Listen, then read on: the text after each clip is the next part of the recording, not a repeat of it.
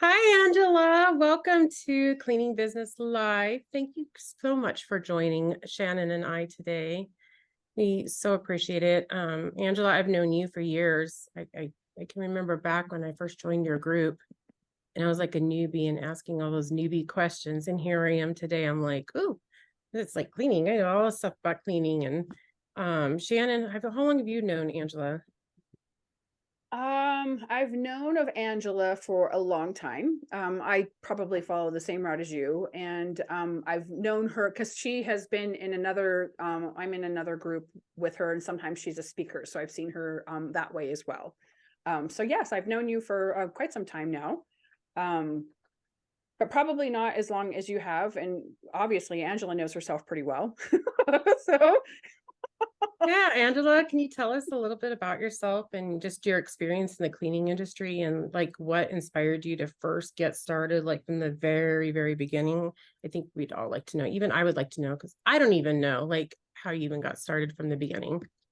Well, thank you guys so much for having me here today. I love coming on shows like this where I can get to hang out with other cool cleaners. So this is awesome for me.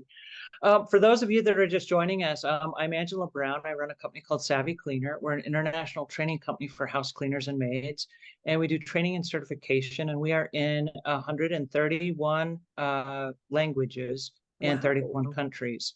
So we're all over the globe. But how I got started was I grew up not liking to clean. I ran from every job that I possibly could. My mother said, "Hey, can you help me out around the house?" I'm like, no, not me.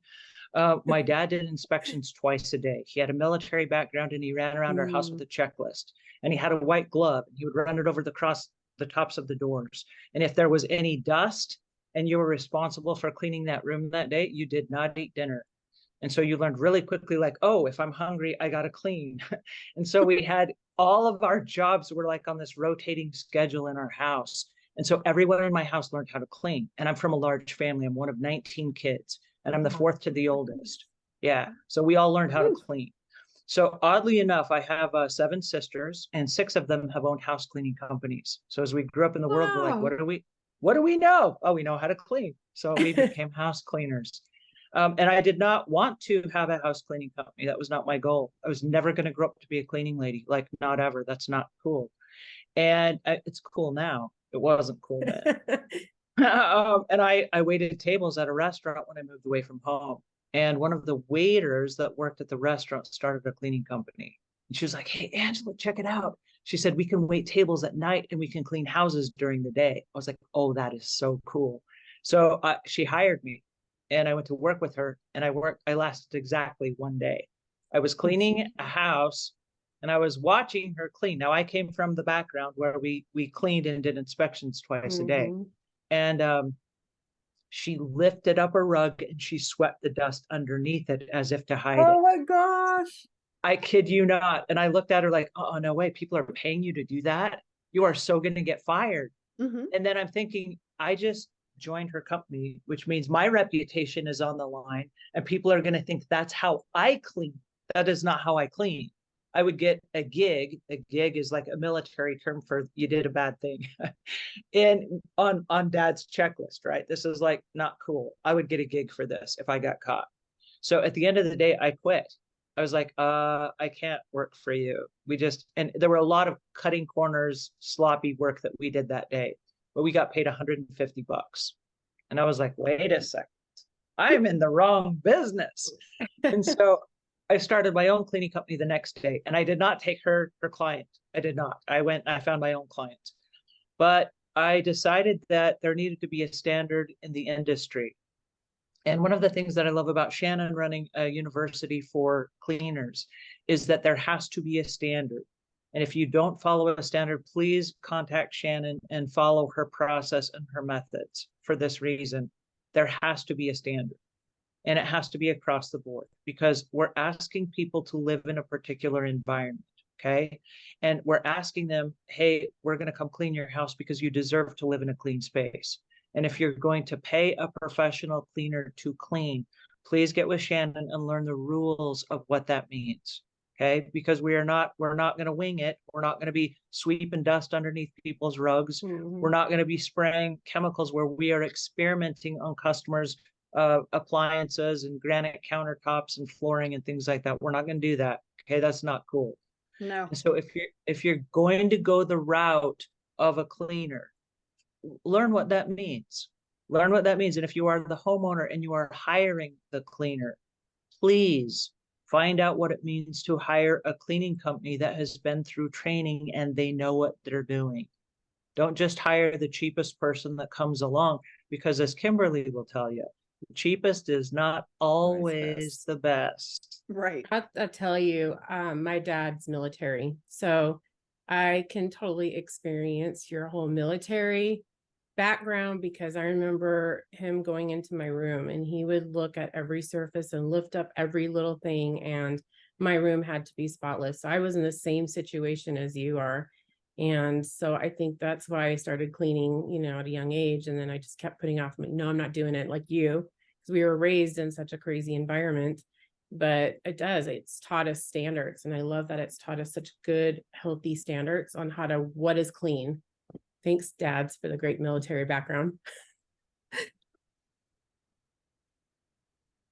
I think that's awesome. So, Angela, what kind of trends do you see coming up? I know there's a lot of shifting going on in our industry and the economy in general. I know that our industry has grown exponentially, especially in the last 3 years, especially when we were considered essential. Where do you see the industry as a whole and housekeeping industry as a whole going in the next 1 to 3 years, maybe 5 years? Well, it's interesting. Cleaning is one of those things that's not going away. And No. it never went away. And I mean, we all remember our grandmothers cleaning. And so unfortunately, many of us learned how to clean from our grandmothers, and we figured out these old wives' tales and old tricks and things that we found later were probably not the most effective way. Right. One of the things that's really cool is Procter & Gamble took a study years ago, and they started realizing that the products we created in a lab with people that don't actually clean for a living. And we're not really sure if this is how people clean. And they did these really interesting studies where they sent their technicians out to go inside people's homes and to watch people clean. And when they learned about how people are cleaning, they're like, our products are actually not the best for the consumer at all. And so some of the trends that we've seen in the last 15 to 20 years, and it's kind of an ongoing thing right now, is we're seeing better tools with better equipment and better reusability. So for example, one of the things that they discovered on this little journey that they went on is that we were taking a mop. And I did this when I started my cleaning business because I didn't know any better. And this is how my grandmother did it. We would take a mop and we would put it in a mop bucket and we would wet the mop. We would wring out the mop and we would mop the floor. Then we would dip it back in the same mop bucket and then we squeeze it out again because it's now wet again. And we would keep mopping the floor, not realizing that dirty mop that we just mopped the floor with went back in the clean water. We just muddied it up again. We rinsed it off and we mopped the floor. And now we're spreading this dirty water all over the floor. Mm-hmm. And so in the last few years, some of the trends that we've seen, we've gone to a flat mop head that you can peel off and it goes in the washing machine. And so no longer are we using those ring mops. And I was cleaning my cleaning business and I had a different mop for every customer. And I was trying to do my own version of keep it in one house and don't cross contaminate. Cause I like, what do you do? And they stopped making the mop heads. And I'm like, what is happening? Oh no. Like there's a trend. I know something new is happening here. And then we went to flat mops and I hated them. I'm like, oh, no, no, no, no. I can't mop the mop boards and the floor at the same time with these weird little flat mops. This is weird and unusual and different. And that's okay. But what we have to realize is that they're different is okay. And we have to make adjustments and adaptations.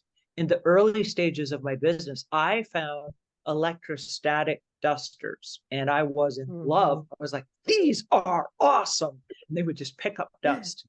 And then I would try to like wash them out like in a reusable fashion. And then they would just get gunked together, like really, really matted together. And then they looked crappy. And then I was like, what do I do now?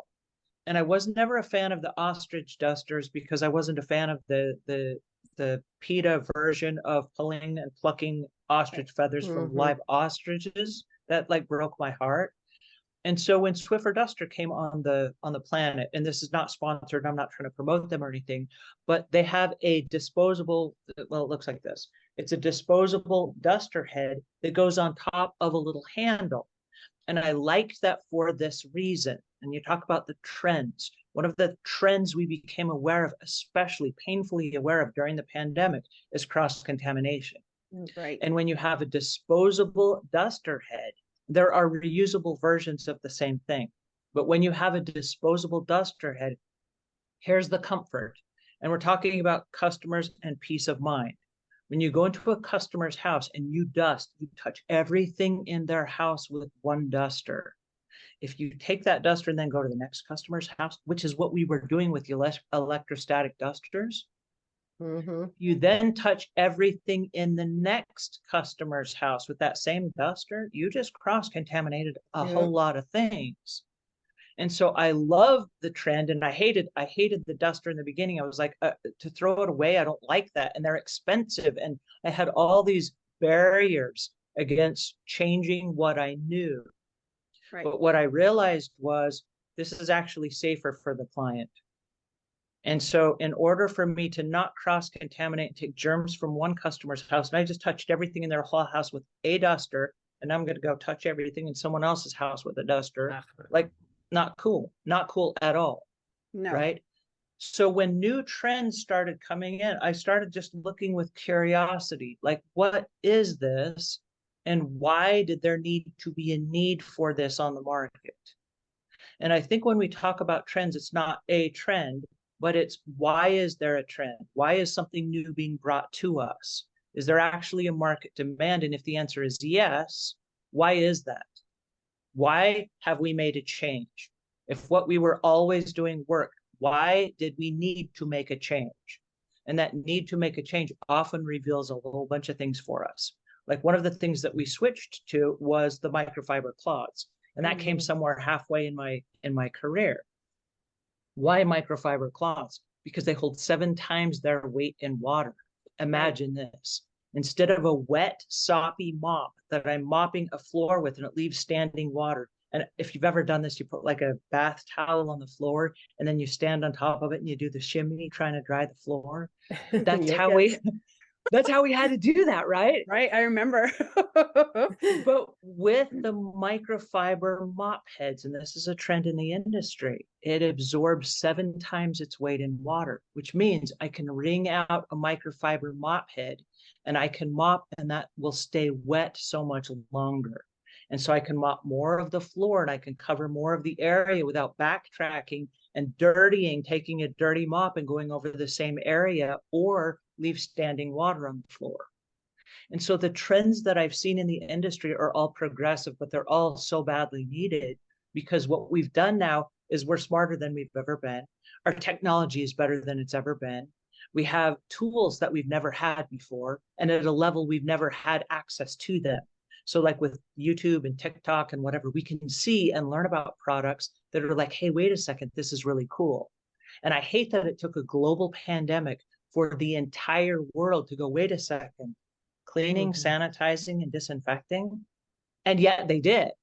Thank goodness. Now the entire world understands the importance of keeping our homes clean and sanitary and making sure that, oh yes, we deserve to live in a clean space. Definitely. It's definitely a peace of mind when you come home and your house is tidy and orderly and you don't have to focus on that aspect of your life, it's really a nice thing, definitely. So I guess my question is like, what are some common challenges that you feel like cleaning business owners face right now, and how can they overcome those challenges? That's a great question. And it's a trick question because it's not like in 2023, house cleaners had this problem, but they're ongoing, they're ongoing problems that have always been and always will be. And some of them are basic things like, how do you vet a cleaner? How do you know what type of a cleaner you should hire? And how do you run ads for that cleaner? And how do you interview that cleaner? And how do you train that cleaner? And how do you guarantee that when you send that cleaner out, that cleaner is going to be an extension of your company brand? And if you skip any of those steps, you're going to have some problems. Yeah. Oh yeah. And we so hear, this we is hear not the like, stories. well, and it's not a new problem, but it's people taking shortcuts going, oh, well, I know how to clean, therefore I know how to be a business owner. Let me Right. check. No, you do not. Mm-mm. And that's the situation I found myself in when I started my house cleaning company. I was a professional house cleaner for 25 years out in the field. And during that time, I realized a bunch of things. Like, we immediately started doing very, very well. And within a matter of about 2 months, I had 3 employees working underneath me. And I realized, wait a second, I overshot my enthusiasm. I don't know how to manage people. I don't know how to hire people, and I don't know the kinds of people to hire. And our first inclination, forgive me for saying this, is we want to hire family and friends because those are the people that we know. But they don't always make the best cleaners. No. Nope. And one of the challenges, if you ask me what are some of the challenges, one of the challenges, hiring somebody with whom you have no boundaries. And let me say that again, you hire friends and family. These are people that have seen you at midnight, and they've seen you when you're drunk, or they've seen you when your guard is down. And so they think, oh, this is just my buddy, and I can kind of push them to the limits, and the rules don't apply to me because I'm the relative. Okay, that's not going to help you run a business. So some of the challenges I see on a regular recurring basis are professional cleaning companies that think that they can hire their friends to whom they have no boundaries, and then expect them to put them in a boundary type situation that say, you will show up on time. I don't have to show up on time. You're my cousin. Right. Right. We talk about boundaries all the time, don't we, Shannon? Almost every day. Well, those are some of the things that will cause recurring havoc in any business. Right. And so the rule is this: if you're going to run a business, not just a cleaning business, but any business, and you're going to hire friends and family, you must treat them like an employee. Right. And so what that means is, and this is going to sound really weird, but you must have a job interview, and you must sit down and you must ask them all the same questions that you would ask a perfect stranger. Yep. And then when you're done, you have to say, here is all the paperwork that I need you to sign. What? I'm your mother. You want me to sign that? I do. And it's going inside your employee file. And I'm going to keep track of every move. And if I have to write you up, I'm going to write you up just like every other employee. And the reason you have to do that is because if you don't treat them like an employee, it breaks down morale with everyone else in the company. Yes. And then what happens? Yeah. Mm-hmm. And what happens is they think they're getting special treatment because I'm the relative. And then what happens is everyone else thinks, why are they treating me like this? They're giving me the extra responsibility when they didn't give it to another employee because that other employee is a relative. Right. And then when that employee goes out into the world, i.e. in front of your customers, are they an extension of your brand because they're proud of your company and because they're proud of you? Or are they sharing the, oh yeah, we hang out together on the weekends, and they know that version of you, and that's the version they're sharing with your customers? Exactly. I'm guilty of hiring I was forced by a family member to hire a cousin who cost me, I think the end result was like $78,000. And I'm still not allowed to participate in any of the holiday functions. And I have a lot of relatives in my I live in a small town. But yeah, still to this day, I had to fire my cousin that I did not want to hire but she cost me a lot of money, and she did all of those things that you just named. So, and we still don't talk to this day. It's been 5 or 6 years. Wow. I'm so sorry to hear that. You know what? It's guilt played a lot into it. My uncle coerced me into, can you please do this for her? And I'm like, I don't normally do this for friends or family. It never ends up good. Oh, please, she doesn't have any other opportunities, Mhm. blah, blah, blah. And then if, then you could get the shucking, okay, I'm going to kick my foot. And then, okay. So, and that's what happened. Exactly as you described it. But let me ask you this question, Shannon. If you were to do that today, what would you do differently? I would not. I have had a couple of other cousins come out and ask me for it, and I just politely say, I just don't mix it. It just never works out. But thanks for the Mm-mm. consideration. I really appreciate, the honor of you coming out and giving me an opportunity to see if I might be a good fit for you and your employment needs. But I usually just say no. It's just because of what happened.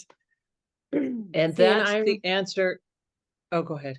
Oh, I was gonna say, and I'm in this situation where I do hire a friend, but I put those boundaries in place from the very start. She's actually Right. here today working, and she's amazing. And I just gave her a raise, but I did the same thing. Like I gave her a review, and I had to write down a review, and then we added more job responsibilities, but we listed them out, and so this she knows what's expected of her.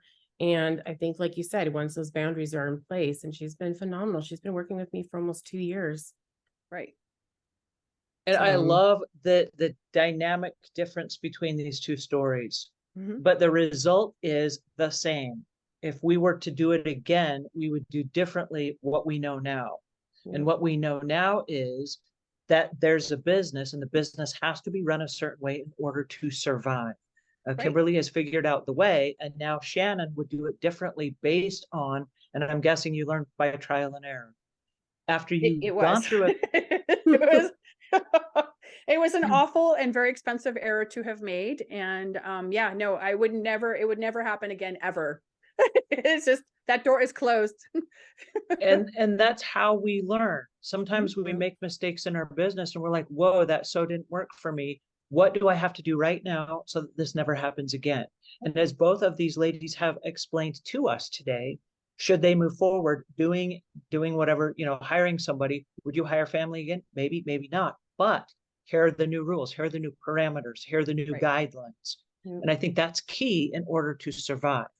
And so those are some of the challenges that cleaning business owners face, is they repeat the same errors over and over again and don't learn those lessons. I agree. It's you hear it too. You get the same stories, why this isn't working for me. And then when you get them on the phone, they go, oh, I'm doing this. I'm like, you're treating your 1099s like W-2s.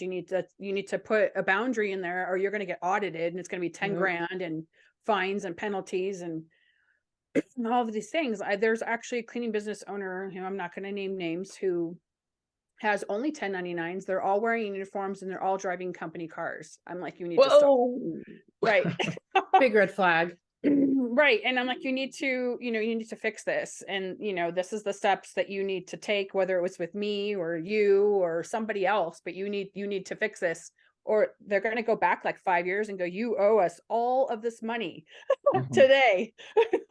So it happens. Well, and when you talk about compliance, it's really important to realize that there are rules in place. And you Right. just mentioned 1099s treated as employees. There are rules in place for a reason. And the reasons are, and we'll just talk about this one for just a second if we might. Sure. When you treat an employee like a 1099, what happens is when something malfunctions and they're not covered on your workman's comp because you didn't give them workman's comp because they're 1099, what happens then is they're going to sue your company, and it's going to be far more than if you'd have paid that insurance in the first place. Right. Right. So there are little tiny steps that have been put in place to protect the business owner.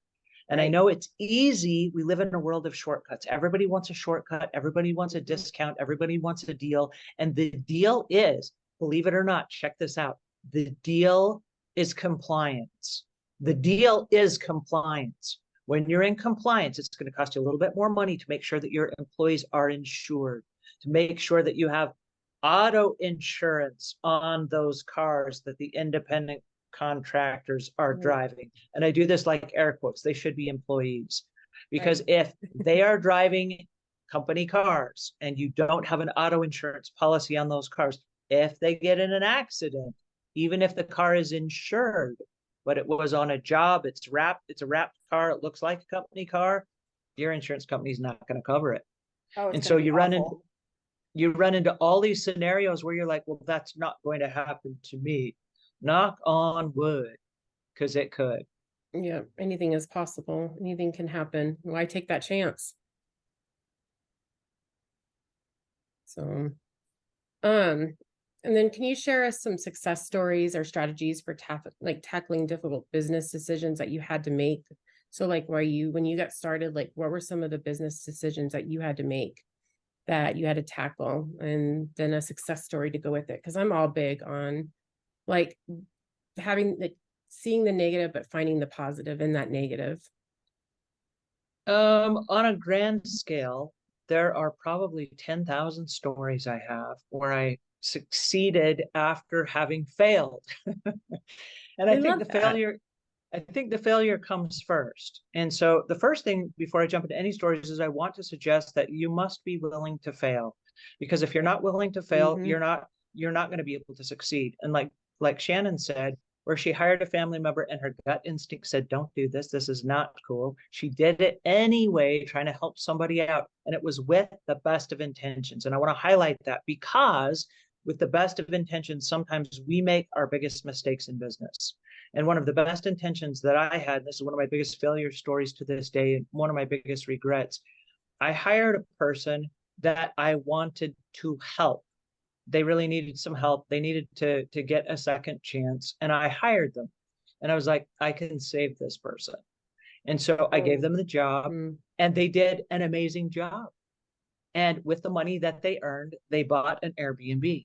And I was like, yes, I helped this person get back on their feet and get grounded and start a side hustle, and look at them now. Well, the person, I don't know why, they must have had some kind of issues going on. We won't go into all the psychological issues of what they might have been, but they wanted to torpedo the other members of the team, maybe to make themselves look better or something. So they would hijack the records of the other employees and they would tweak them. And What? so the other person turning in their records would then have errors on their records that would include a whole bunch of work that had to be redone.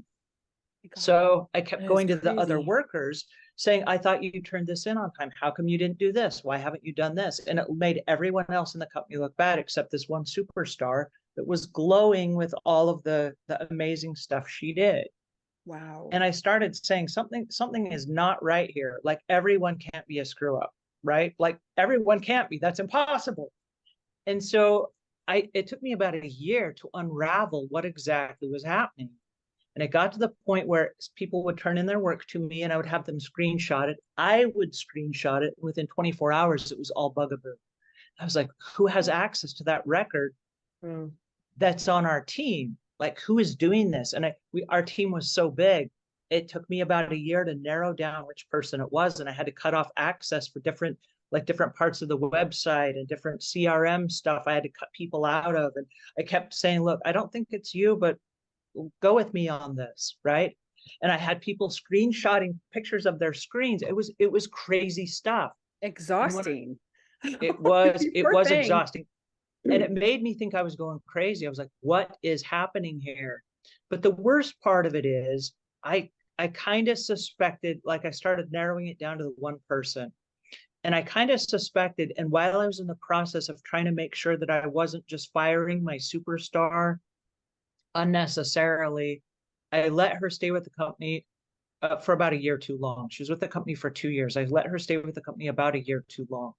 And during that 1 year that she stayed, that was the year too long, the morale of the company took a nosedive.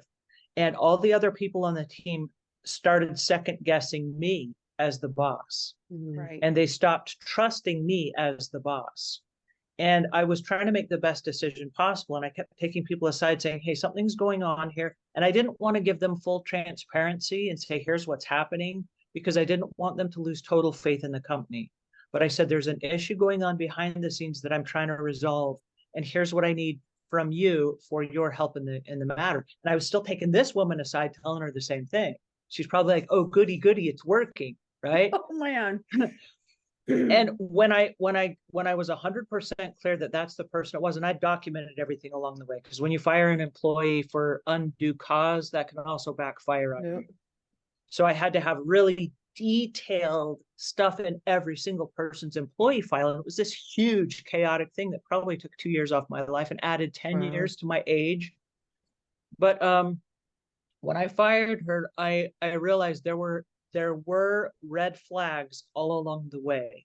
And because she was a superstar, I chose to ignore those red flags. And had I paid closer attention, I probably would have done things differently. And like Shannon's story earlier, what do you do when you know you've made a mistake, and how do you fix it? And what is the long-term residual effect? And right now, Shannon is not having Christmas with her family because of a situation where she had the best of intentions. Okay. She tried to make it work with this cousin that she didn't want to hire, but because the cousin needed a job and she was trying to do a favor to another family member, trying to put money in this person's pocket so they could put food on the table for their kids. Those are all valiant responses to, I don't want to help you, but I'm going to. Okay. And so Shannon did all the right things. With a couple of tweaks, it could have ended differently. And in my situation, it could have as well. And I really wanted to help this person. I really wanted to. And sometimes, and this goes back to the question, when do cleaning business owners make mistakes? It's when we want something for someone more than they want it for themselves. True. When we want agree. someone to live in a clean house and they don't want it for themselves, we can clean all we want. We come back 2 weeks later and it's a mess again, right? We have a tendency, we want something so badly for someone that we need them to be on the same page, and we need to want that for themselves. And in this situation, I had to let the lady go, and I promised myself this. I learned from this situation, and I will never again put the rest of my team at risk because I'm trying to manage something that I don't know what is going on. Right. And so right now, from the very beginning, I call everybody out. I say, hey, listen, what's going on right now? Because right now, if we can't resolve this right here, right now, everybody loses their job. What's up? Somebody has to come clean and say, oh, here's what's going on. And we've had a few, I'm going to call them prayer meetings, where we've had to call everybody out and say, something is not right. What is it? Let's get to the bottom of it. And I hate to be this in-your-face person, but right now we have an issue, and we're not going till tomorrow without this being resolved. And then we have to knock down, drag it out. Let's solve it. Let's never come back here again. And there will be tears. And sometimes a person walks out the door and they take the boot. But I would rather fire them right now and protect the rest of the team than put the entire team at risk for one superstar that had an ego problem or something. It's having a team is an investment. There's a lot of blood, sweat, and tears that goes behind every single member that you pick to be on your team. And the repercussions, if you hadn't had your prayer circle or meeting, your whole team could have walked out and quit on you. And that's never a fun situation to be in either. So kudos to you. I love that. I've done that myself, usually in smaller groups. When I was in the restaurant industry, I used to have to place one against the other to find out who was, you don't want to say liar, liar, pants on fire. You know what I mean? Which one of you is not telling me the truth? But yeah, it's sometimes that's the quickest way to get to the bottom of whatever the situation is, because of personalities and because of ego. I'm just happy to be here is what I always tell everyone. They're like, what do you mean? I'm like, I'm upright and, hallelujah. And I'm just happy to be here. And they're like, well, what about this, this, and this? And you're like, oh, don't worry. They get all involved because your head gets in the way a lot of times. That was the problem with my cousin. My head got in the way, and I was trying to do a favor for my uncle, and cost me $78,000. So I'm so sorry you went through that, man. It happens. Definitely. It happens. And I'm not the only business owner that has had a blunder like that. That's the saving grace of the whole thing, right? Other people have had similar experiences that I have spoken to, not in this industry, but in other industries, where it was far more than the 78,000, or they saw the red flags and they didn't take action, because it was a superstar, or they didn't want to deal with it at the time, or they wanted to go on vacation, or whatever was going on, right? Well, there are so many red flags that we can see along the way. And I Right. think one of the keys is to, as a business owner, to be keenly aware, hey, I'm looking at a red flag right now, and it happens to be waving at me. Like And in so your I'm gonna, face. yeah, Nice. I'm gonna stop. I'm gonna stop what I'm doing and I'm gonna address it because it's not comfortable and nobody likes confrontation. And No. especially in the house cleaning industry, we are people pleasers by nature. We want to do right and make people's lives better. We don't want to tear them apart and say, shame on you or whatever. And so to stop and look at that red flag, it can often be done in private. And I've taken a lot of employees to the side, like privately, hey, can I check in with you for a minute, and pull them aside and say, listen, there's something going on that I'm hoping you can share with me.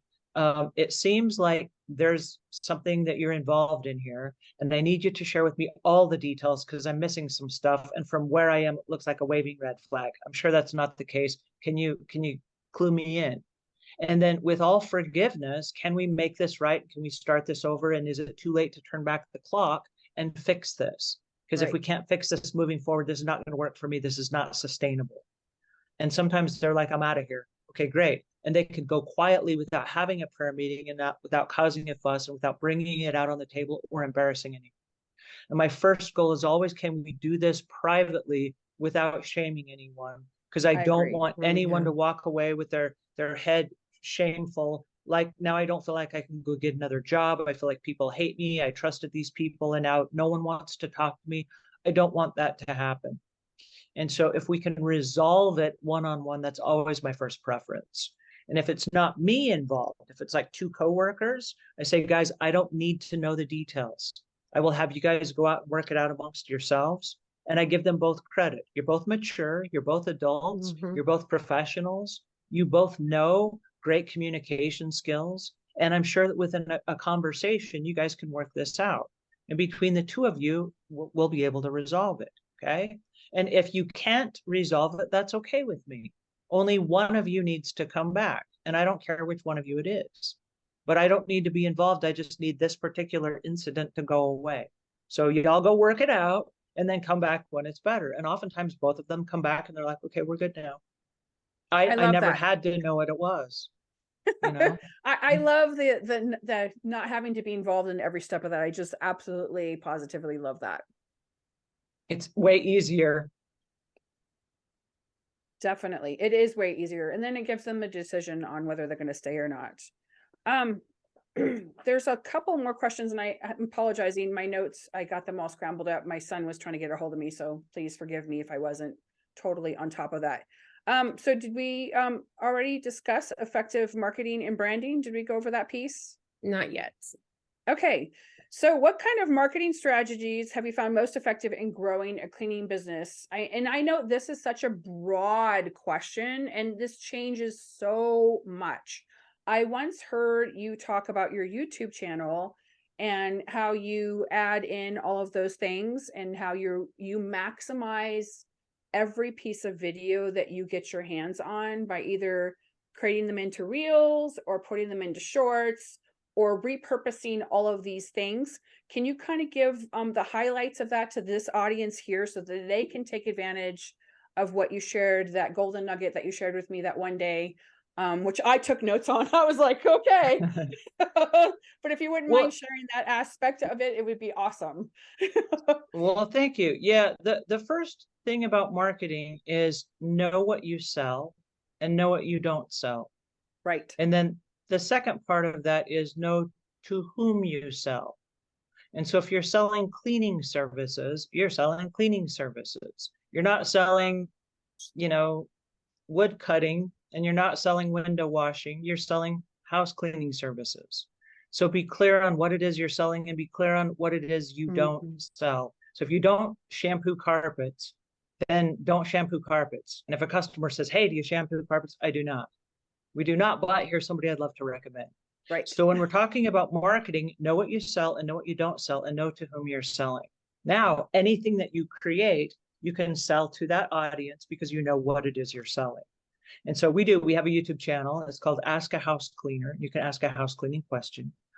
And in the process of that, if we're going to record a podcast or a YouTube show, which is it? And when I started my cleaning business online, when I started doing a training company, I asked myself, what am I able to do? And I think this goes back to any business owner that's going to be marketing a business. How are you going to market, and what is your budget? And you have to base your marketing on your budget. When I started my YouTube channel, I didn't have any budget at all. And I said, what can I do? Well, what do I know? I mean, I know the cleaning business, but I don't know editing. I don't know video. I don't know YouTube. I don't know any of these things. What can I do? Well, I can talk. I know how to talk, so I will talk. And then I said, I don't know anything about cameras and lighting and setup and all that stuff. So what can I do? Well, I can figure out one simple setup. Well, you're looking at it right now. This is my one simple setup. I set up some lights and a camera, and I stand in front of this backdrop. And this is a 10-foot by 8-foot stretch fabric trade show display, what you're looking at behind me. I didn't even know how to do green screen. So what happens is this. What can I do? I can put a microphone on me, and I can record, and that becomes my podcast, and my camera becomes my YouTube show. And then what's cool is this. When we edit the audio, we can snap it together, and that becomes the YouTube show. And then we cut out the little mistakes or whatever. We can add B-roll into that, and that becomes a YouTube show for YouTube. I can market through a podcast and through YouTube. Then we take the words, and right now it's all automated thanks to AI. But before AI, we paid a transcription service that would type out every word. And they would take that transcription, and the transcription becomes closed captioning in all of the videos. And Thank the closed God for captioning finally doing that. can be read in any language. So that's 191 languages that the YouTube show can be read in. But that content, that text, that transcript can be taken over to a blog editor that could turn that into a blog. And so now we had 3 different types of content for 3 different types of people. Some people love to watch videos. Some people love to listen to videos while they're walking their dog, which is the audio version of the podcast. And some people like to just scan online and skip through and read the highlights of something that's on a blog. So there are different ways you can market your business. But the question is, what is your budget? What is your audience? And what are you selling? And once you're really clear about that, you can repurpose that a multiplicity of different ways. Now, right now, we are on a live stream call, and I do like this is all 3 of us. And I do this, around my face for those of you that are listening to the podcast. But what happens is this, at the end of a live stream, and we do this a lot at my company now, we do live stream shows. Kimberly was on one of our live stream shows the other day. And after the hour-long live stream is over, we cut that up into little snippets. So little tiny horizontal snippets where that's a little tiny YouTube show that can then be repurposed on our YouTube channel. Or we can cut it up into a little vertical. For those of you that can't see me, I'm doing like skinny lines in front of my face here, which is like a smartphone vertical. You can cut it up into a vertical where we only had then Kimberly on camera talking about the pure evergreen chemicals, right, that she's created, the cleaning supplies. So that's really awesome because now you have a variety of different ways you can multi-purpose content. And thank goodness we live in an era where for a few dollars, you can have a really awesome piece of software that will help you repurpose content a multiplicity of ways. And so the technology is already available to us.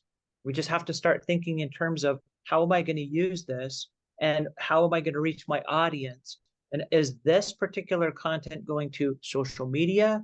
Is this going to a podcast? Is this an audio version or a video version or a book version or a booklet version or an email sequence? Or how are we going to multi-purpose this content? And once you're clear on that, the repurposing becomes a game.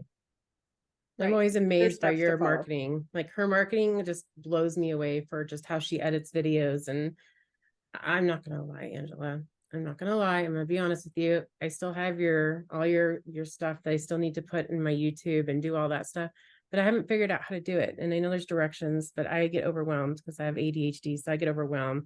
So I'm going to actually have, Amy help me on some of this stuff to do that because that's not my strength.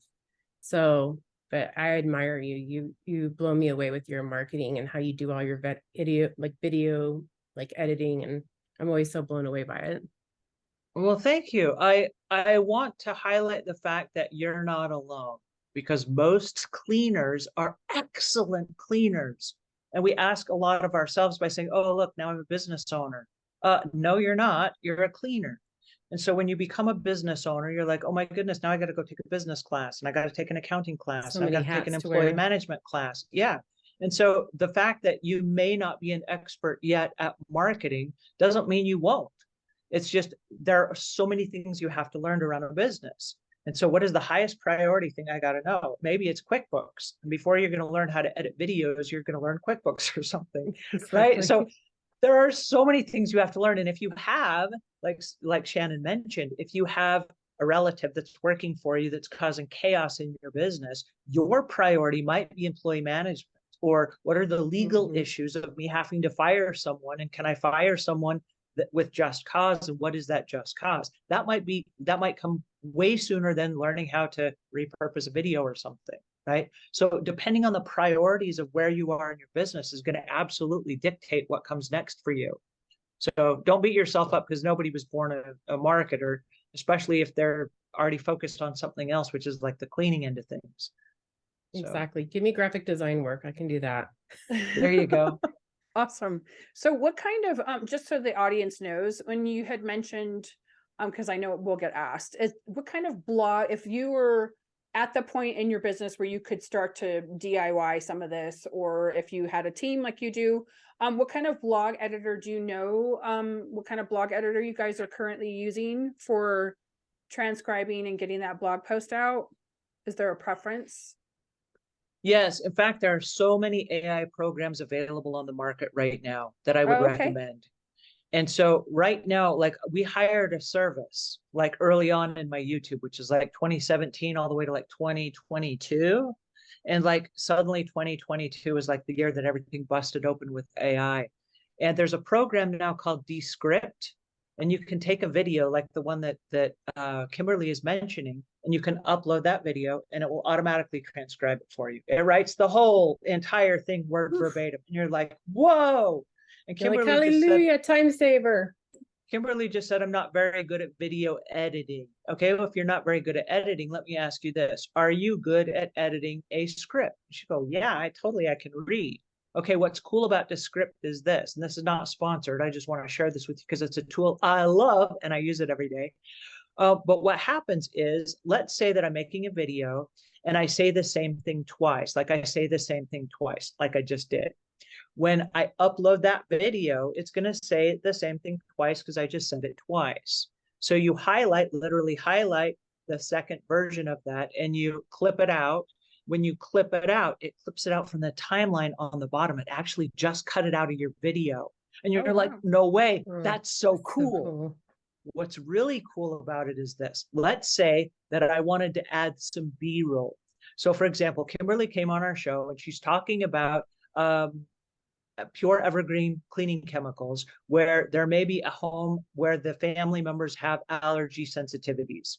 And so what you can do is, instead of just saying those words, what would be really awesome is if we had somebody with like bloodshot eyes and they had their nose that was itchy, and maybe they were like, have a kerchief and they were trying to like, fix their face. Okay, that would be cool. What happens is you add 1/, this is in Descript, 1/ right before it, the part where you're talking about a family with allergies. Okay. And suddenly it opens up this library, and it's a paid program. And with the paid program, it gives you licensing rights to B-roll that you did not take. So you don't have to become the photographer. You don't have to become the photographer and go out and take all the photos. What happens is you do a search now. Stuffy, runny nose, bloodshot eyes, and like 20 videos pop up. And you look through them and you're like, that one. And when you click on the button, like / and / okay, this is the beginning of the sentence, this is the end of the sentence. You put the second / wherever you want, but it will take the clip and it will cut it exactly between those two spots. So now you're talking about the bloodshot eyes, boom, it cuts the clip and it drops it right into your timeline. You're like, whoa. Cool. that is so cool. And then it just goes back Love to it. somebody talking normally, right? And it's called And then B-roll? it's called Descript. Oh, Descript. Okay. Descript. Yeah, the B-roll Thank you. is all of the video footage that you Okay. did not take with your own camera. Now, let me rephrase that, because you can have B-roll from your own camera, but this is not like right now you're looking at my face. Okay, so this is camera number 1. If I were to add any other camera movements in, that's going to be B-roll. So like if I were talking to you and suddenly I showed you at my computer using Descript, that would be B-roll, right? Okay. So it's going to be like the video that you use to help tell your story. It's like a transition. Yeah. If you went from And- forward facing to side facing, and then they went back and they showed you like the plate that they're eating, and then they show you again, it's forward facing. That would be Yeah, all. you're going to have other clips. So anyway, but Descript has all that built in, and it's phenomenal. So anyway, I love it. And then we all know that you have done a phenomenal job with branding and your reputation in the cleaning industry. Can you offer any beginner's advice for all the newbies out there who are just trying to start figuring this all this stuff out? reputation management is really an interesting topic, and it is one that will drive your business forever. And so when we talk about branding, I want to say that the same rules apply to reputation management. Know what it is you do and know what it is you do not do. Because if you're very crystal clear about those things, you'll be able to communicate those things to your employees and your customers and your audience. And if you're not clear about what it is you do and you're not clear about where your boundaries are, nobody knows. So anything goes. So if you're really clear about your brand, and here's an example. In our business, and this was years ago, I hired a girl that cussed like a sailor. Oh, she cussed all the time. And that was just her expression of free speech. Okay, that's cool, but we got fired. We got fired from a customer's house who said, you know, we're religious people. We don't cuss like that in our house. And I don't like those words used around my kids. And when we looked at that account, because it was a biweekly account, that account cost us $5,700 a year. Wow. Right. Because of cussing. Right. And I said, wait a second. Here's what I don't know. And this goes back to making a mistake. Then you say, we made a mistake, but what if we were to fix it right now so we didn't do this forever? How many customers have we lost due to her salty language that we didn't know we lost because nobody had the courtesy to tell us? How many customers have we lost at $5,700 a year? That's a lot of money. That's a lot. This company now no longer cusses. We do not say any cuss words in front of ourselves, in private, to our customers, in our social media. We're not going to do it. We are not going to use cuss words ever in front of our clients. New rules. And everybody's like, how dare you make us stop cussing? Because it cost us $5,700 for one client, the one client that told us. Right. Right. So here's what happens. There are a lot of people that cuss. That's okay. You can cuss all you want, but please don't cuss around us or our customers. That's not how we do in business. And on day one, when you come to take a job, we tell you, do not cuss. All right. What happens is we got known for the no cussing company. People are like, they don't cuss. And people are like, they don't cuss. Wow, that's who we need to hire. And we got a whole bunch of people that hired us as a result of that. Oh, wow. Also, brand deals on YouTube started coming to us saying, wait a second, you're like Disney. You don't cuss. I'm like, no, we do not. Okay, now we're safe. We're a safe bet. Advertisers can run ads on our channel because we don't cuss. We're not going to say anything that's racial, anything that's mean, anything that's unkind. We're not bullies and we don't cuss. And so that becomes your reputation, and that's how people start to know you. And if that is true, then when we interact with anyone, those are the rules. And if you're on YouTube, I promise you, you will have trolls and you will have haters. And people will come at you and they'll try to make you cuss and they'll make you want to cuss. And the reality is the same rules apply. And so although we have haters that are like slamming us with negativity and mean things, we have to stop and say, we don't engage in that because that's not who we are. That is not our reputation. Because anything you say can and will be screenshotted. It will be shared on social media. It will be twisted and altered if at all possible. People will put words in your mouth. And here's the catch. Here's what's really interesting. I just shared with you a program called Descript. What I didn't tell you about Descript is this. They have a program called overdubbing. So I can upload my podcasts and it learns my voice. Then I can type anything I want in an Angela's voice. Angela will say those words. So it spooked me. I know. Welcome to AI. And the coolest part is I could create a course, for example, with my voice when I wasn't actually there at all. I was just typing it. But the catch is this. Should someone hear that, they will have to ask themselves the question, did Angela really say that, or does that go against her brand? Right. And people will go, that's not Angela, she would never say that. That doesn't go, that goes against her brand. That's not her brand. When your customers know your brand so well, they go to bat for you. They will fight for you because they know your brand, and that's reputation management at its finest.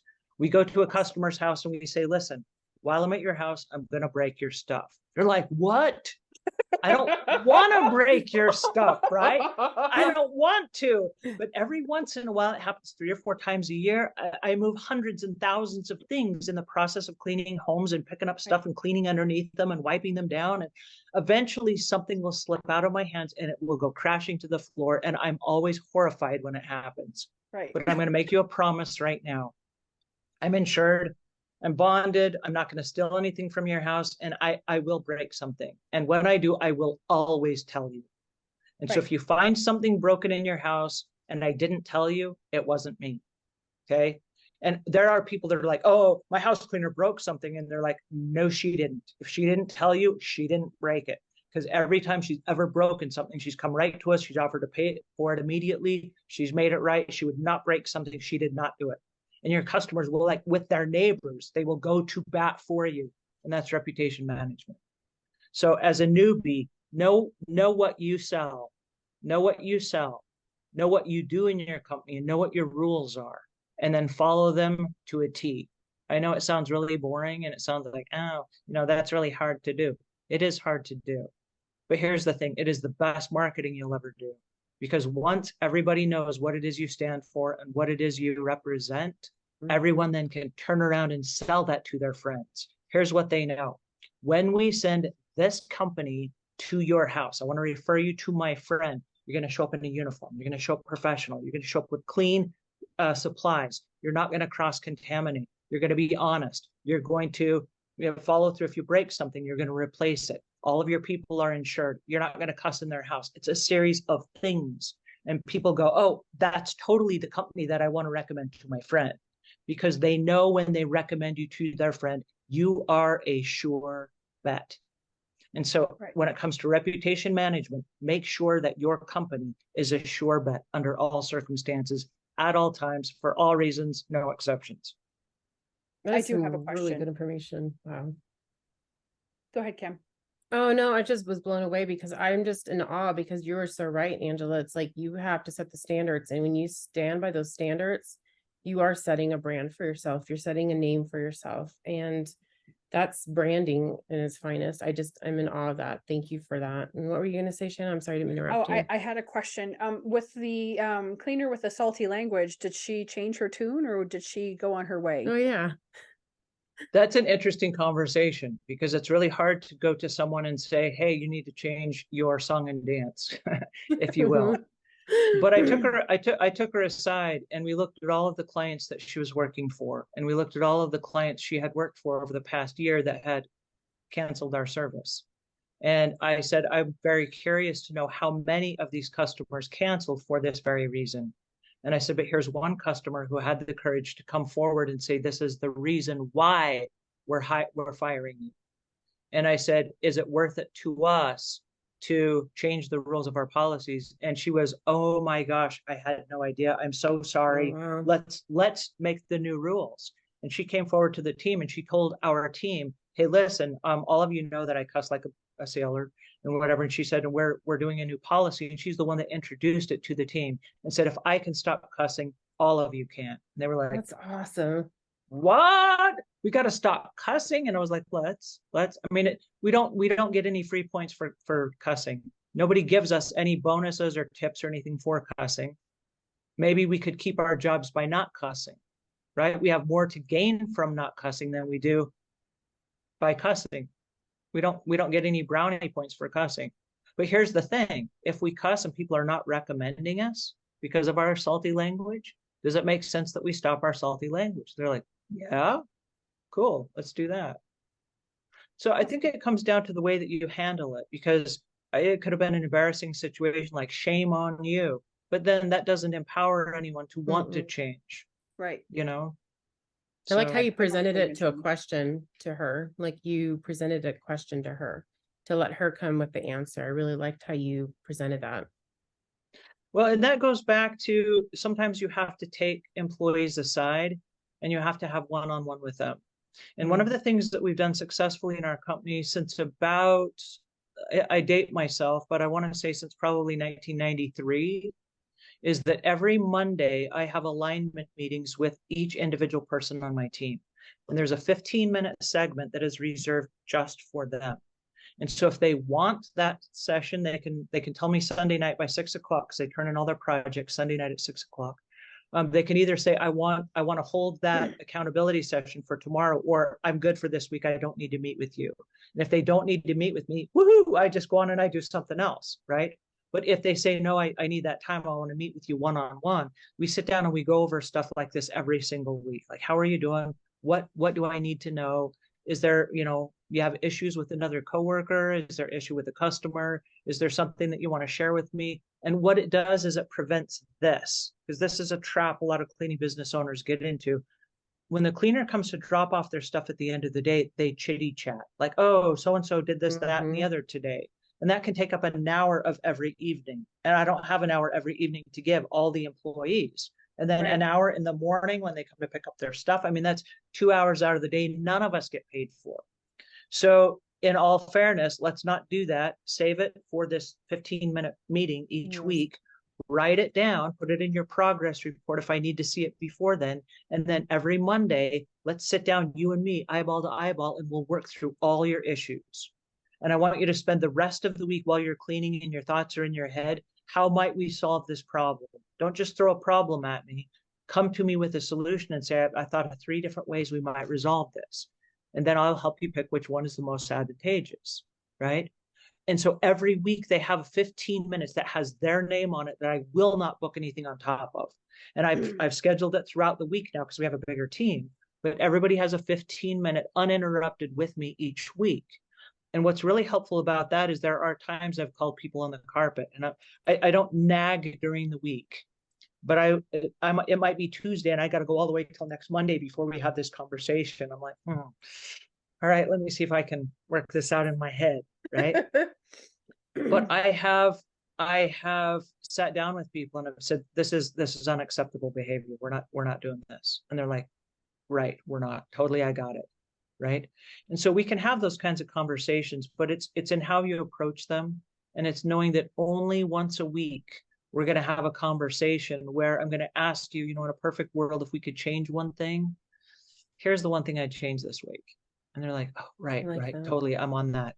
I totally can do that. And it's not overwhelming to them as if you are nagging all the time or trying to change 45 things of theirs in a week, right? Keep it minimal, make it fair. I love that. It gives you a great connection to your team, and it kind of makes sure that you have a pulse on what's going on amongst the troops. If there's dissent or if there's collaboration or whatever side of the fence it ends up falling on. I think that's awesome. Definitely.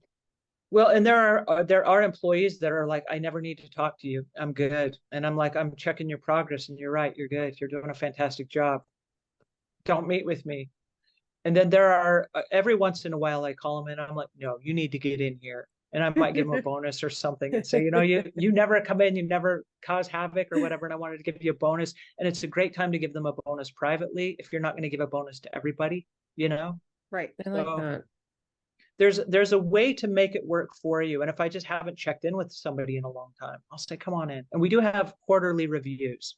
The quarterly reviews are where we sit down, and it's me and my director of operations, where we sit down and we evaluate everything, and I have them evaluate their own progress. So it's not a surprise, but now they kind of know, what I'm looking at, you know? So. Definitely. I want to be conscientious of your time, and I know that we're not moving as fast as we possibly could be. So do you have a little bit more time to give us today, Angela? I do. And I want to be fair to your time as well. So cut me off at any time if need be. And I can go longer if you need be. So. Okay. So I know that we've kind of hit around the employee training management, Yeah. and we've talked a little bit about that. We've touched it a couple of times. What kind of methods are you using to train and motivate your employees? And I know that, do you still currently have a cleaning business? I don't remember if you do or not. I don't. I sold my Okay. cleaning business in the summer of 2015. Gotcha. We had a troubled teenager that came to live with us, and I had to 24/7 care. Basically, Gotcha. she was destructive and suicidal and a bunch of things. And Oh, so I gosh. then moved online to train because that's what I know. And I've been training other cleaning companies ever since. And as Gotcha. a result of that, I was actually training since like my third month in the business. I've been training for 32 years in the cleaning business. But since 2015, I've been doing it full time, and I'm on site like 2 days a week with other training companies out there cleaning with other cleaning companies as inside people's homes or inside, working with other cleaning companies. I love that. There's not a day that goes by to this day that I'm not vacuuming or mopping a floor or cleaning out a toilet or on my hands and knees behind a toilet or whatever. So I love it. In my blood, and I'm not out of it yet.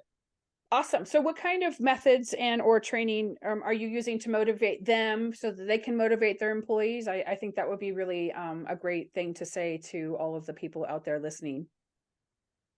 So every cleaning company has their own specific set of rules and regulations in the way that they clean. And so I think it's really important that whatever training you've decided, whether you've decided that everybody is going to wear a uniform or that everybody is going to use a particular type of mop or a particular type of duster or whatever, that everybody is on the same page. And so my requirements are: be very clear about what your rules and regulations are. Be very clear about what your method of cleaning is. Do you use a duster when you dust everything, or do you use a damp microfiber cloth? Both are okay. What I really hate is where people go, that's not the way I learned, I'm not going to do it that way. Every company has their own way of doing it. And so you have to know what your way is, and then you have to train your people on that way.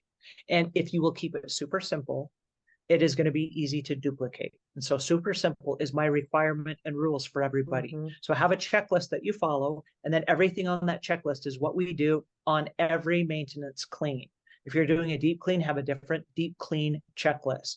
And then make sure that you have, we call it a tall pack and a small pack. The tall pack is for our deep cleaning. And I do like this, like pointing up at the roof.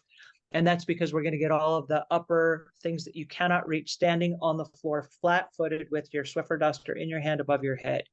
Anything I can reach flat-footed, standing on the floor with my Swiffer duster above my head, is going to be done on a maintenance clean. Anything above that, like ceiling fans and recessed lighting and all that stuff, will be done on a deep clean. So that's the tall pack with the tall equipment. The small pack is everything that's small on the ground, right? You got to have really clear, definite tools, processes, and systems that you use for the cleaning. And then if everybody on your team is that way, it's really, really, really easy then to duplicate that and replicate that when you hire new people. You say, hey, you're a small pack person, work with a small pack person. You guys shadow each other for a couple of days. You do this. And then when you are ready, you advance to the tall pack, and I'll put you on training with someone else that does all of our deep cleaning. And so it just depends on how your company is set up. If you're a onesie or a twosie company, meaning one or two people, one of you may do the deep cleaning, one of you may do the maintenance cleaning, or maybe you both hit the house at the same time. One of you does wet cleaning, one of you does dry cleaning. There's so many different ways to do it, but be consistent. Be consistent and keep it simple, because here's the reason. In the end, you don't want to have to be the person that does all the training every time. Right. You want everybody to be able to replicate that process. And if it's easy to replicate, everybody can train each other because everybody does it the same way. The secret is this, and this is the secret across the board. Have everybody do the same things the same way. Like so McDonald's. Yeah. No, I'm not saying like McDonald's. You got to be like McDonald's. I'm not kidding, because like even with our graphic design, Like in our business, we have 10 or 12 people that are working on different graphic design projects. Every project must be labeled the same way, and it must be stored in a specific file. And the reason being is anywhere on the team can go to that particular file and they know exactly what they're looking for. Boom, problem solved.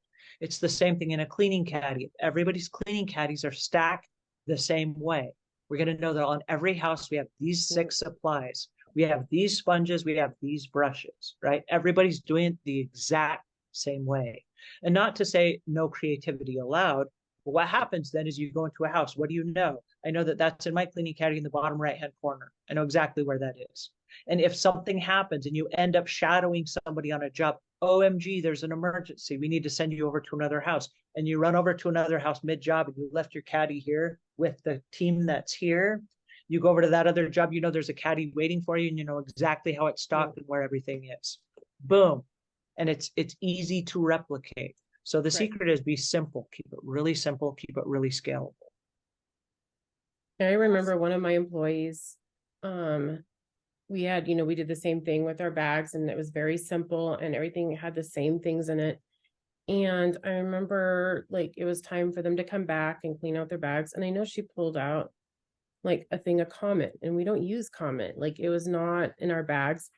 And I said, where did you get this? And she goes, oh, I brought it from home so I can use it. And I said, no, and I had to go back and I had to explain. I said, no, we need to be trained on all the same products, and we represent having an eco-friendly cleaning company.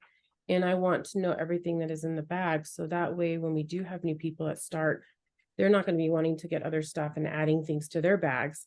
And then you don't want to be in like, it's an insurance claim too. Like let's say she uses that Comet on a product, on an item, a surface, and that was not in our bags, and that was not what was trained on. That can come back as an insurance claim, or the homeowner can complain that something was scratched. And the catch to that is this, and this is the ugly part of insurance claims, and I'm glad you brought that up. If you are a professional cleaner and you've been hired to clean someone's home, you are expected to know chemical safety.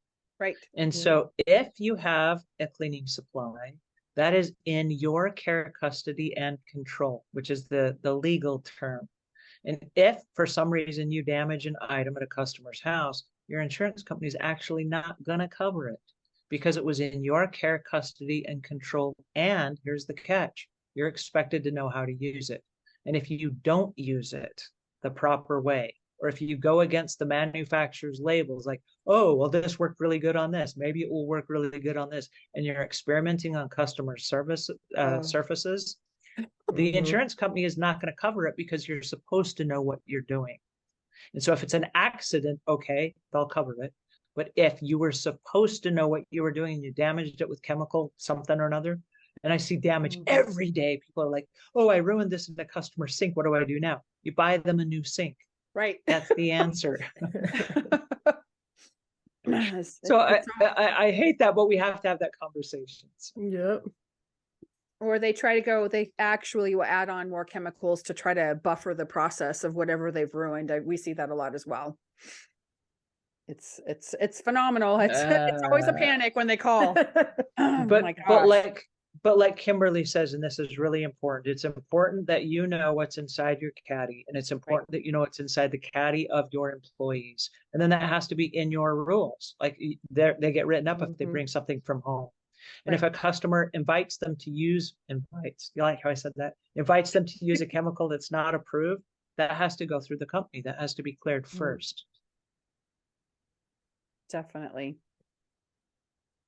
And then we have some regulations and compliance. What are the regulatory requirements and certifications that cleaning businesses should be aware of? I know that there's, the ISSA. I know that you offer it on your website as well. There's a lot of new things coming onto the scene, which is awesome. What are some of the best suggestions you have for our industry for today? If you're looking at compliance, and compliance is all across the board, okay? So let's not pretend that the rules don't apply to us. It's really easy to go, well, I'm different, I'm special. No, you're not. And all of the rules apply to you, okay? And so what that means is every driver that drives to a job must have a driver's license, okay? No exceptions, none. They must be insured. They must have car insurance, no exceptions. If they're going to clean a customer's house, they must be insured for the job. That's a general liability policy, no exceptions. And so the rules apply to you every single step along the way. If you have a team of people, they must have workers' comp, no exceptions. And so if you'll break down every single thing as far as certifications go, there are OSHA certifications that says if you have a series of cleaning supplies at your location that you send to customers' homes, you must have safety data sheets, and they must be available on site so that all of your employees know what those safety data sheets say. You got to know what all the chemicals are, and you got to know how to use them, right? And so there are compliance issues all along the way. There are employment issues that say if I have an employee that's out on a job for 4 hours by the Fair Labor Standard Act, this is in the United States, it might be different in other countries, but they must have a 15-minute break on a 4-hour window. And if they go for 6 hours, they get a 30-minute break for lunch. And so there are rules and regulations that must be followed according to the Fair Labor Standard Act. We got to pay taxes. And so people are like, well, you know, if I just got paid cash and I don't tell anyone, then no one will ever really know. Guess what? It's a compliance issue. You got to pay your taxes. It's not a game, and you're not above the law. Right. So if you're going to be in business and you're going to stay in business and you're not going to get sued or get, you know, arrested or tax fraud or whatever, you got to follow all the rules. And there are a bunch of rules. And what's really weird in the United States is that there are jurisdictions in some areas, like counties, cities, states, like there are a bunch of different jurisdictions, and some will say you must have a business license. Well, then go down to the county courthouse and pay your $30 and get a business license. And if it says you got to pay taxes on the computer that you own, that you run from your business, then pay taxes on the computer that you own in your business. Don't think for any reason that none of the rules apply to you, or only these 2 rules apply to me and all these over here don't. They all apply to you if you're a business, okay? So figure out what the rules and regulations are based on the type of business that you have and based on the business that you're operating. And so you might need workers' comp, you might need a tools and equipment policy for insurance. I know for us, we do. It's part of our regulations because we offer special packages. And with that, we use like electric drill brushes and things like that, where there's odd ends in equipment that we use. We use step ladders and things like that. And we use poles that go over your head that do like tall ceiling fans in 2-story rooms. Okay, so for all of our equipment, we have a tools and equipment policy. And we have professional auto insurance policy. And we have workman's comp. And we have all the things, right? Whatever the type of business is, and it's going to vary based on the specifics of your business, but find out the rules and requirements and then follow all of them. And I know it's expensive, and a lot of people are like, well, I'm just getting started, so like I'm not going to have insurance until like I earn money. Like, dude, right now, Mistakes get one insurance. time. If you make one mistake right now, all the money you are ever going to earn is going to be gone, and you'll be forced into bankruptcy to pay for whatever it is you're about to damage. So pay for the insurance right now and ask for them to put it on a payment plan so you're paying by month instead of the whole entire year at a one whoop. Definitely. Kim and I talk about insurance all of the time. It's preach it, Kim. We're always talking about it. We're like, it just takes one time. Is it worth it, you guys? And then charging for the clean, like charge enough for the clean. So you're able to cover all your business expenses. These people that charge, you know, $20 an hour, how are you going to cover your insurance? How are you going to cover if you broke something because you don't have insurance? Yeah, we talk about it so much. I think it's when I first bought insurance, I didn't have the money to pay for it. Okay. And a lot of startup business owners don't. And so if you find yourself in this situation where you don't have the money for insurance, do this. Be honest. Go to a customer that says, I'm interested in hiring a cleaner. I would love to clean your house. I really need a chance. Will you give a chance on me? And here's the chance. I would like to clean your house, and it's going to cost X amount of dollars, and I need the money up front because I don't have any insurance. And I want to go buy insurance right now with the money that you're going to give me so that when I come to your house to clean your house, I'm insured. They're going to go, wow, that's really responsible. I admire that. Yes, here's the money up front. And they're going to give you the money up front, and you're going to clean the house, and then you're going to whatever. And give them something collateral if you have to. Somebody took a chance on me and I didn't have to give them any collateral like a watch or a child or something. But I was able then to pay for insurance, and then I was able to clean their house, and then from then on I had insurance. I earned enough money on residual jobs I could keep paying for the insurance, and I have insurance to this day, even though, check it out, I don't have a regular active cleaning business to this day. I still have insurance because I am on site with other cleaning companies every single day or 2 times a week, and if that's the case, I still have to be insured. Right. So I still have insurance to this because day. I do the same thing. Yeah. So it's best to have it just in case, because I have cleaning business owners that come up from Phoenix all of the time, and I just don't want to ever take the chance. It just, I don't ever want to go there. No. Nobody is above the rules. Nobody is above the rules. Everybody has to follow the rules. So there you go. Definitely. So I want to know, what is the most valuable lesson you've learned from your experience in the cleaning industry? We all want to know. Inquiring minds want to know. Oddly enough, it is not about cleaning. Really? The most interesting lesson that I learned in the cleaning business is that as a business owner, my business is bigger than me. Let me re-say that a different way. What happens in my business is bigger than just me. So my rock and my support system and my vision for the future is my husband.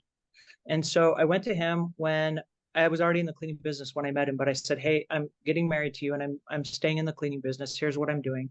And I want to let you know right up front that you are my first priority over my business. If I have to choose you or my business, I choose you. And so I'm going to make every decision based on us and the power of us and not my business. And so I'm going to be involved in my business, and I've got a lot of employee issues. I've got a lot of hiring issues. There's a lot of stuff that's going to happen that's going to cause chaos in our personal lives. And I want to keep you in line every step of the way so that you're on board with what I'm doing. And he said, okay, cool. And there are so many times I've gone, I've said, look, I'm in a bind. I'm really freaked out. I'm stressed out. I'm whatever. And he's been there for me every step of the way. And there are times I've been working late and he comes in, he says, hey, do you remember how you said me or the business? Like right now I'm calling me, like come in and let's watch a movie and have dinner. I'm like, you're right. Let's do that. I love and I've it. dropped, I I've love that dropped what too. I was doing. I dropped what I was doing and I went in then to be part of the family. Okay. But I can't tell you how many times over the years, and we've celebrated 21 years of marriage, but over the years, there are so many things that have collided in my personal life because of the business. And I had to keep coming back saying, what do I do now?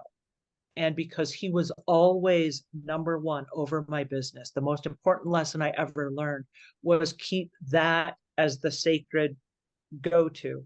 Okay. If I have to make a choice, it will always be him first. I will walk away from the business 1,000 times before I will walk away from him. And it's because he's been in every step of the way with me. And I know he's got my back and I know he's got my best interest. And because it's such a sacred relationship to me, I won't jeopardize it by anything. It doesn't matter if it's an employee, if it's a customer, if it's a client. It doesn't matter if the whole entire world collides. If I had to make a choice, he wins. And so that's the most important lesson is who is your support system?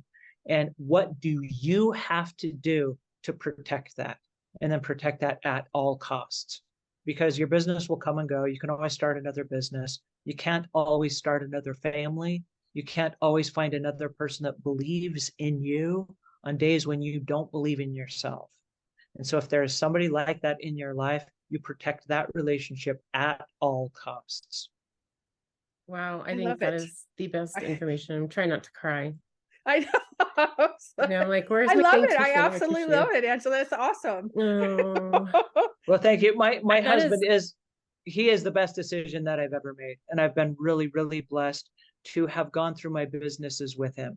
When I started this new revision of my business, and it was probably 2016, when I rebooted my business in 2015 and I went online for the training, I sold my regular cleaning practice and I had about enough runway for 22 months that I didn't need to borrow any family funds.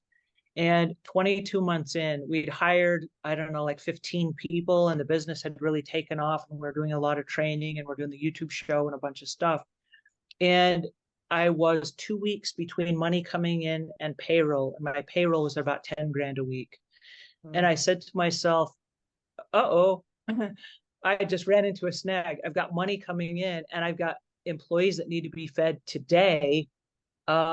Oops, I'm 22 months in and I haven't borrowed any family money, and I'm in a creek without a paddle, as they say. And I went to my husband and I said, hey, listen, I've got money coming in and I don't have the money to pay payroll this week and I need 10 grand. What do I do? And he said, well, that's great that you asked. But he said, if there's anyone that I would bet on, it would be you. He said, I've watched how you work. I've seen how you interact with people. And he said, if I would make a bet on anyone, it would be you. And he said, let's mortgage the house. And I said, okay. And I hated to do it. But I mean, I got a whole bunch of people and I got to make payroll today. So we mortgaged the house. And I was able to pay that off 2 weeks later when the other money came back. So I didn't put the family in a bind for long, but stuff like that happens in your business. And you have to be really honest about what is actually happening. And if I was making stuff up and I didn't have the money coming in 2 weeks, that could have ruined our marriage, right? And so you've got to be really transparent with that one person that really knows and loves you. And then no matter what, you got to say, let's put our heads together. And how do we make this work? And there was one time early in my career, like right after we got married, but early in my career, I didn't have the money. And I said, what do I do now? How do I get a loan? And he said, well, you own your car.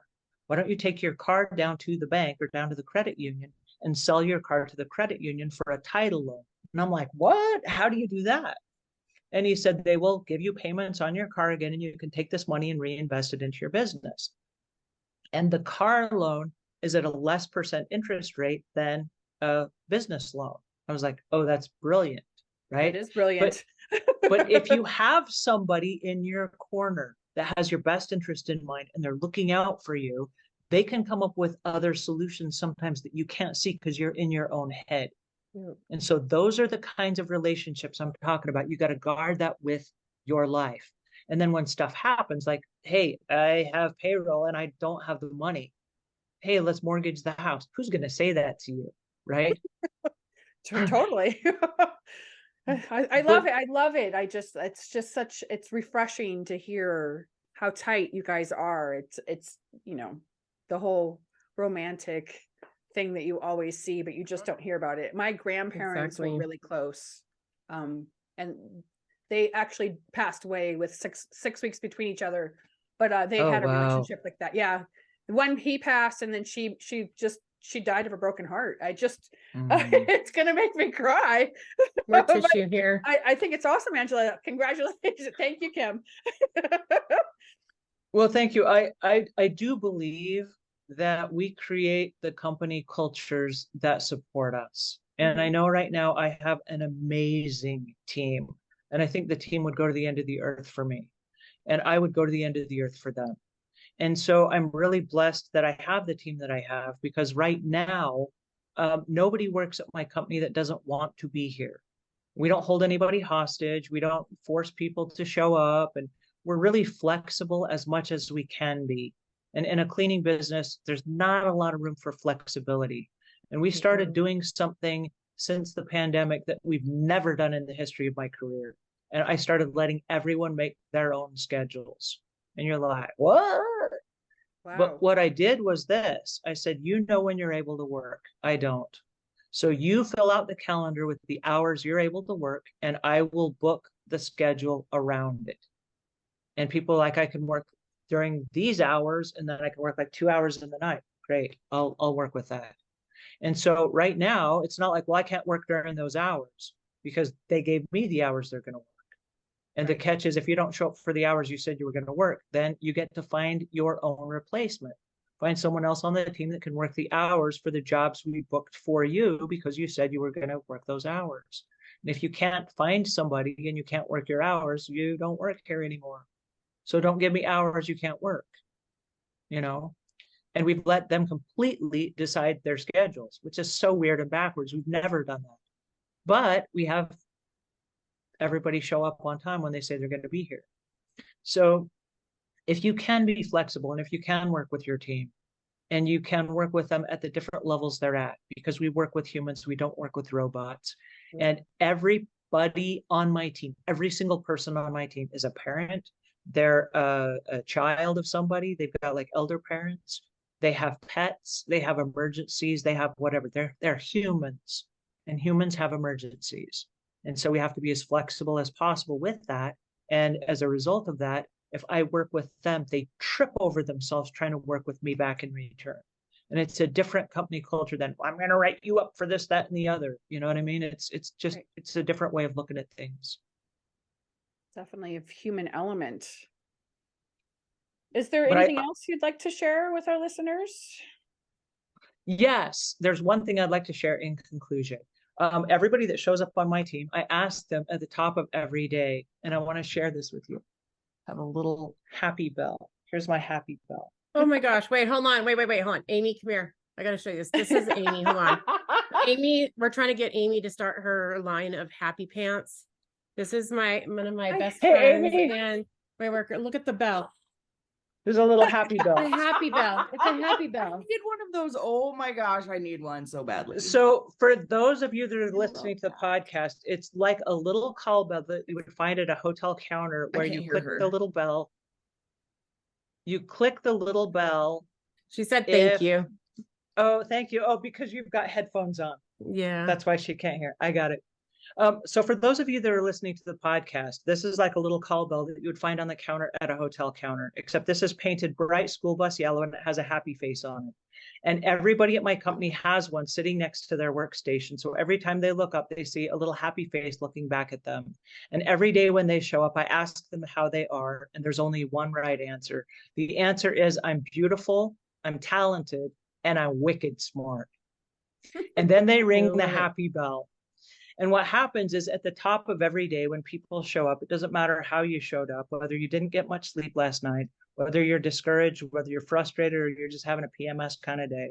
When you show up and you're surrounded in front of an entire room of people and they say, I'm beautiful, I'm talented, and I'm wicked smart, and everybody in the room is saying that, and then they're ringing their little happy bells, I cannot tell you the dopamine high that gives. I love And it. so all awesome. throughout the day, anytime somebody does something correctly, instead of just like, oh, hey, yay, I did something special and no one will ever notice, they ring the happy bell. And all of a sudden, everybody rings their happy bells. Like, Oh, I hey, love something it. good just happened.